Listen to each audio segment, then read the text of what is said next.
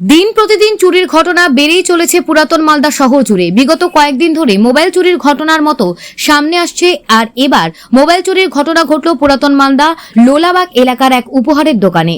CCTV ক্যামেরায় সেই mobile চুরির ঘটনা রীতিমতো রেকর্ড হয়েছে। ঘটনাটি ঘটেছে শনিবার রাত্রি আনুমানিক 10:30 নাগাদ।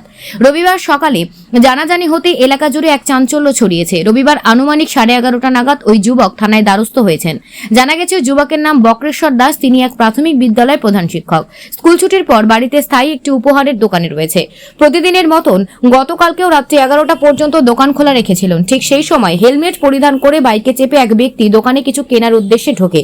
তবে দোকানদার বক্রেশ্বর দাস অর্থাৎ প্রধান শিক্ষককে কথাবার্তায় জিনিস কেনার ব্যঙ্গ করে মোবাইল নিয়ে চম্পট দেয় সেই ব্যক্তি। মোবাইল চুরির ফলে এখন হতাশগ্রস্ত শিক্ষক। এদিকে ঘটনার পুরো বিষয় নিয়ে তদন্ত শুরু করেছে মালদা থানার পুলিশ। অন্যদিকে আজ সকালে অশোক সরকার নামে এক ব্যক্তি ওই মালদার মিউনিসিপ্যালিটি এলাকার মার্কেটে বাজার করার সময় পকেট থেকে মোবাইল নিয়ে চলে যায়, যদিও পালাতে সক্ষম হয়েছে ওই চোর। অন্যদিকে তিনি আজ লিখিত অভিযোগ করেছেন। কালকে একটা আমার মোবাইল ছিল যেটা চুরি হয়ে গেছে। হ্যাঁ, রাত্রিবেলা মোটামুটি 10:34-35 নাগাদ আমি কাজ করছিলাম, আমার বিশেষ কিছু কাজ ছিল, কাজ করছিলাম।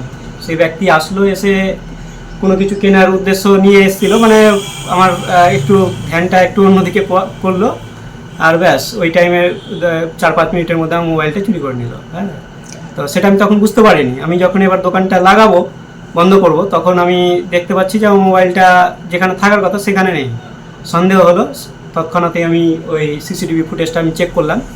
তো দেখতে পাচ্ছি যে হ্যাঁ, যে শেষ কাস্টমারটা এসেছিল সে মোবাইলটা চুরি করে নিয়ে, সে একটা মোটরসাইকেল নিয়ে এসেছিল, হেলমেট পরা অবস্থায় এসেছিল।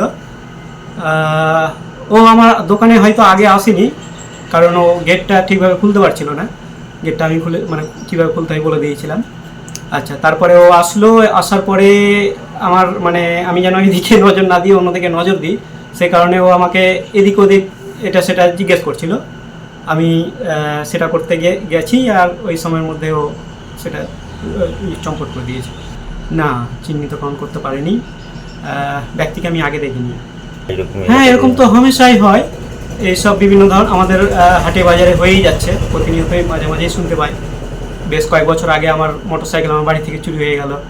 আমি একজন স্কুল টিচার, হেড টিচার হলাম। তো পার্ট টাইমে আমি এখানে বসি, এটা আমার ফ্যামিলির দোকান। একটু অনলাইন গিফট, যাবতীয় কাজ অনলাইনের কাজ হয়। হ্যাঁ, থানায় যাব, এই জিডিটা লিখলাম, থানাতে দ্বারস্থ হব। দাবি যিনি মানে যে চুরি করেছে তাকে যেন গ্রেপ্তার করা হয়, তাকে শাস্তি দেওয়া হয়। আর সমাজে যেরকমভাবে এত চুরি হচ্ছে সেটা বন্ধ হওয়া উচিত। আসলে বেকারত্ব আর অতিরিক্ত নেশাগ্রস্ত হয়ে যাচ্ছে ছেলেরা, তো সেই কারণেই তারা এইসব করতে মানে করে যাচ্ছে। হ্যাঁ, আগে তো আমাদের এলাকাতেও ছিল, ইদানিং নেই, কমে গেছে।